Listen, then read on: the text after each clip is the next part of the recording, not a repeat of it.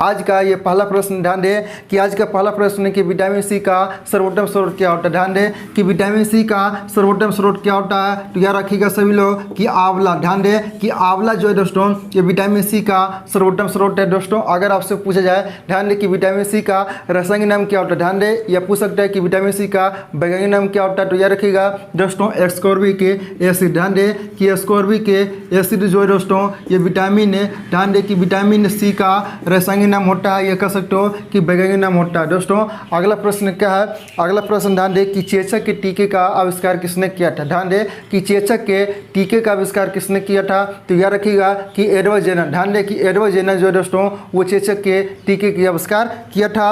अगला ध्यान दें कि शरीर में कुल हड्डियों की संख्या कितनी होती है। ध्यान दें तो आप सभी को पता होगा कि शरीर में टोटल हड्डियों की संख्या 206 होता है। ध्यान दें अगर आपसे पूछा जाए, ध्यान दें कि खोपड़ी में, ध्यान दें कि खोपड़ी में हड्डियों की संख्या कितनी होती है, तो याद रखिएगा कि 8 टोटल जो है दोस्तों वो 8 हड्डियाँ सिर्फ खोपड़ी में होता है और पूरे शरीर में बात करें तो 206 हड्डियाँ होता है। दोस्तों अगला क्या, ध्यान दें कि शरीर में सबसे मजबूत हड्डी कौन सी है। ध्यान दें कि शरीर में सबसे मजबूत हड्डी कौन सी होती है। दोस्तों ध्यान रखिएगा कि जबड़े की हड्डी, जबड़े की हड्डी जो है दोस्तों ये शरीर की सबसे मजबूत हड्डी मानी जाती है। अगला क्या, ध्यान दें कि हृदय 1 मिनट में कितनी बार धड़कता है। दोस्तों तो आप सभी को पता होगा, ध्यान दें कि 72 बार पर मिनट। ध्यान दें कि 72 बार पर मिनट यानी कि 1 मिनट में दोस्तों टोटल हमारा हृदय जो है वो 72 बार कंपन करता है।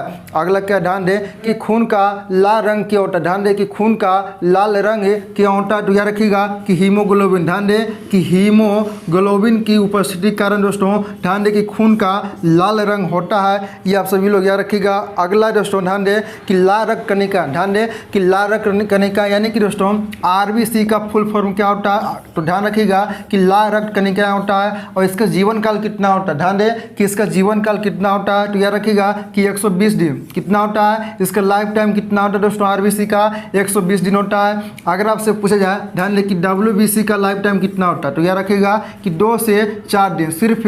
ध्यान दें कि डब्ल्यूबीसी यानी कि शोध रक्त कणिकाएं का जीवन काल कितना होता है, तो 2 से 4 दिन होता है, ये भी आप सभी लोग याद रखिएगा। अगला क्या, ध्यान दें कि हाइड्रोफोबिया संबंधित है। ध्यान दें कि हाइड्रोफोबिया दोस्तों किससे संबंधित है, तो याद रखिएगा कि कुत्ते के काटने से, यानी कि कुत्ता जब काटता है दोस्तों तो वो हाइड्रोफोबिया नामक बीमारी शरीर में हो जाता है, ये आप सभी लोग याद रखिएगा। अगला ध्यान दें कि टेरेकोमा एवं ग्लूकोमा का संबंध किससे, तो याद रखिएगा दोस्तों यहाँ पर ध्यान दें, याद रखिएगा कि आँखों से किससे संबंध है, तो आँखों से दोस्तों ध्यान दें कि यहाँ पर टेरेकोमा और ग्लूकोमा रोग का संबंध है, ये आप सभी लोग याद रखिएगा। दोस्तों अगला क्या, ध्यान दें कि प्लाज्मोडियम परजीवी है। प्लाज्मोडियम परजीवी किसके वाहक है, तो याद रखिएगा दोस्तों कि मलेरिया रोग का परजीवी वाहक होता है। अगला है कि लोहे की मात्रा सर्वाधिक होती है, किसमें होती है दोस्तों, ध्यान दें यहाँ पे पालक के पत्ते में। ध्यान रहे कि पालक के पत्ते में जो है दोस्तों वो लोहे की मात्रा या कह सकते हो कि आयरन की मात्रा सबसे अधिक होता है, यह सभी लोग यह रखिएगा। दोस्तों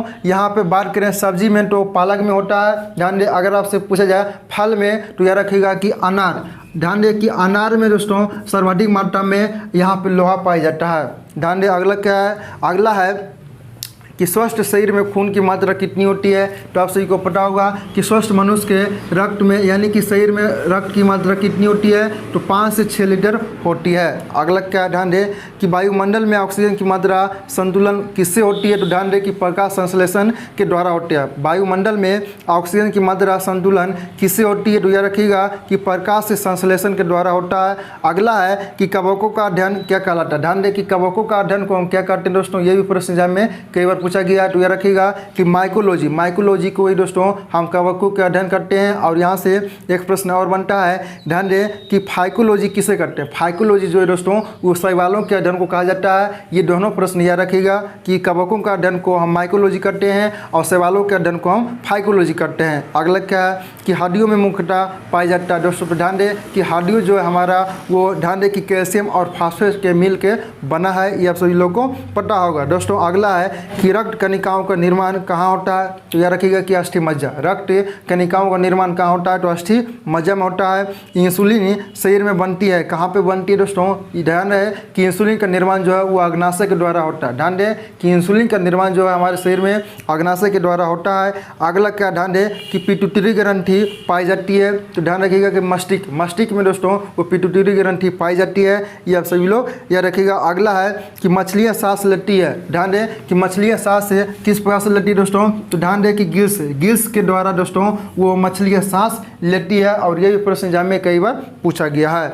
अगला है कि विटामिन ए का सर्वोत्तम स्रोत क्या है दोस्तों, ध्यान दें कि विटामिन ए का रासायनिक नाम क्या होता है, रेटिनॉल होता है। और विटामिन ए का सर्वोत्तम स्रोत क्या है, तो याद रखिएगा कि गाजर।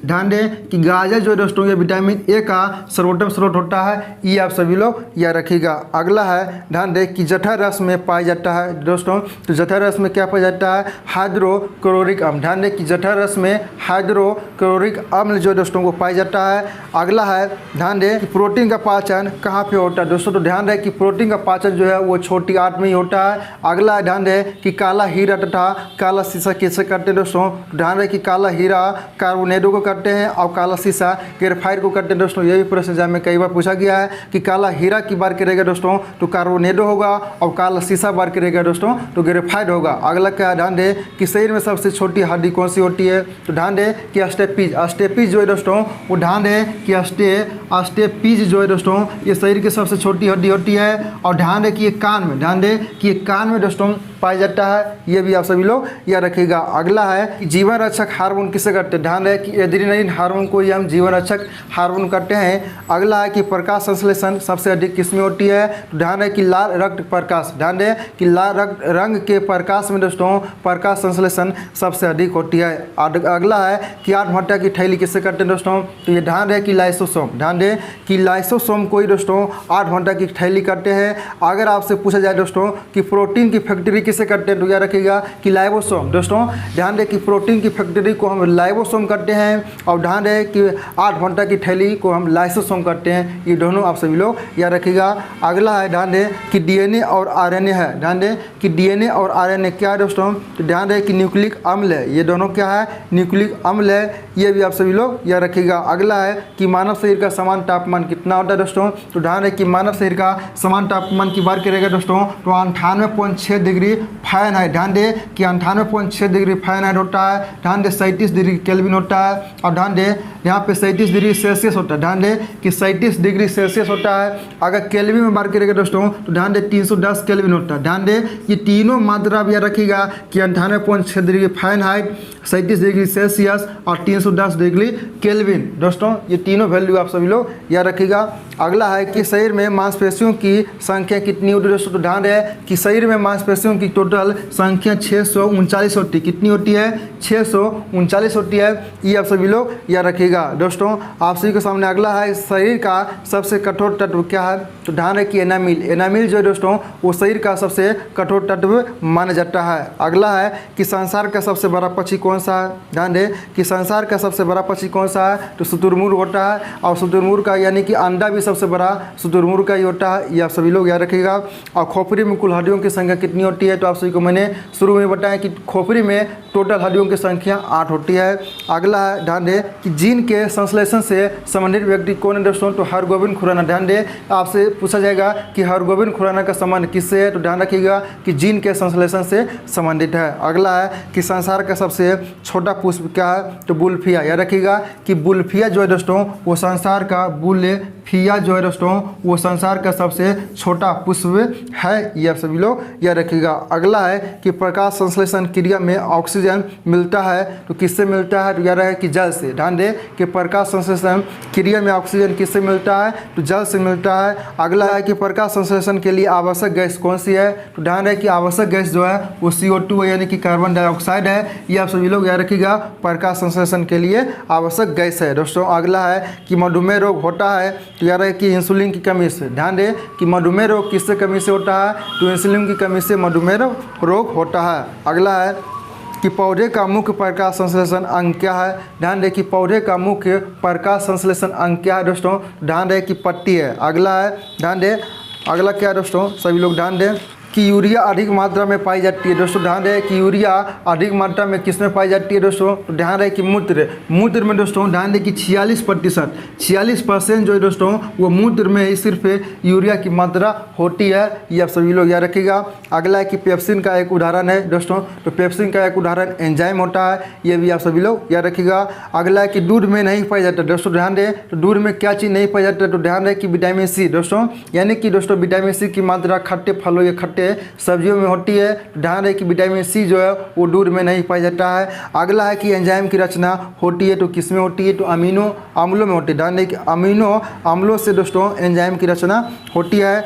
अगला है कि फलों और सब्जियों में नहीं होता है दोस्तों, ध्यान दें कि फलों और सब्जियों में क्या चीज़ नहीं होता है, तो विटामिन डी की मात्रा नहीं होता है। अगला है कि मलेरिया का परजीवी क्या है, तो मादा एनाफिलीज मच्छर। ध्यान रहे कि मलेरिया का जो वाहक होता है वो मादा एनाफिलीज मच्छर है, और ये भी परीक्षा एग्जाम में कई बार पूछा गया है। अगला ध्यान दें कि मानव मूत्र में उत्सर्जित होता है दोस्तों, तो मानव मूत्र से कौन सी विटामिन का उत्सर्जित होता है, तो ध्यान रहे कि विटामिन सी। ध्यान दें कि विटामिन सी का उत्सर्जन जो दोस्तों वो मानव मूत्र के द्वारा ही होता है। और ध्यान दें कि मानव मूत्र में यूरिया जो है सबसे अधिक मात्रा होती है, और इसमें 46% यूरिया भी पाई जाता है। अगला है ध्यान दें अगला है दूध में उपस्थित प्रोटीन है दोस्तों, तो दूध में कौन सी प्रोटीन उपस्थित होता है, तो कैसिन होता है। और अगला है कि मेढक के हृदय में चेम्बर। दोस्तों ध्यान दें ये भी प्रश्न में कई बार पूछा गया है कि मेढक के हृदय में चेम्बर, यह कह सकते हो कि कक्ष, यह कह सकते हो कोष्ठकों। ध्यान दें यहाँ पे दोस्तों प्रश्न घुमाकर भी पूछा जा सकता है कि मेढक के हृदय में चेम्बर या कक्ष या कोष्ठकों की संख्या कितनी होती है, तो याद रखिएगा कि 3। ध्यान दें कि मेढक के हृदय में चेम्बरों यानी कि दोस्तों ध्यान दें कोष्ठकों की संख्या कह सकते हो कि 3 होती है। अगला क्या, तारों के टिमटिमाने का कारण क्या है दोस्तों, आप सभी को बताना है कि तारों के टिमटिमाने का कारण क्या है, तो याद है दोस्तों कि प्रकाश के आवर्तन। ध्यान दें कि प्रकाश के आवर्तन के कारण दोस्तों तारों का टिमटिमाना होता है, ये आप सभी लोग याद रखिएगा दोस्तों। और आज का ये आखिरी प्रश्न, ध्यान दें आज का ये आखिरी प्रश्न है कि कैंडेला मार्टक किसका होता है। ध्यान दें कि कैंडेला जो है वो किसका मार्टक होता है दोस्तों, तो याद रखिएगा कि जेवटी तिरुवटा। ध्यान दें कि जेवटी तिरुवटा का मार्टक दोस्तों ये कैंडेला होता है। तो ध्यान है दोस्तों कि हम आप सभी को 150 से प्लस क्वेश्चन के रिवाइज करवा दिए। ध्यान दें कि 150 प्लस क्वेश्चन का रिवाइज हो गया दोस्तों। आपसे रिक्वेस्ट है कि इसी तरीके से अगर डेली आपको वीडियो दोस्तों चाहिए तो हमारे चैनल के साथ जरूर जुड़े, इस चैनल को सब्सक्राइब कर ले और साथ ही बेल आइकन दबा लें ताकि जो हमारी आने वाला क्लास हो उसकी भी नोटिफिकेशन आपको मिल सके दोस्तों। तो आज की क्लास ये आपको कैसा लगा ये मुझे कमेंट सेक्शन में जरूर बताएं, और अपना राय अपने कमेंट सेक्शन में जरूर बताएं दोस्तों कि आपको क्या चाहिए, किस टॉपिक पे क्लास चाहिए दोस्तों। तो आज की इस वीडियो में इतना ही, हम मिलते हैं अगले क्लास के साथ। जब तक के लिए जय हिंद, जय भारत।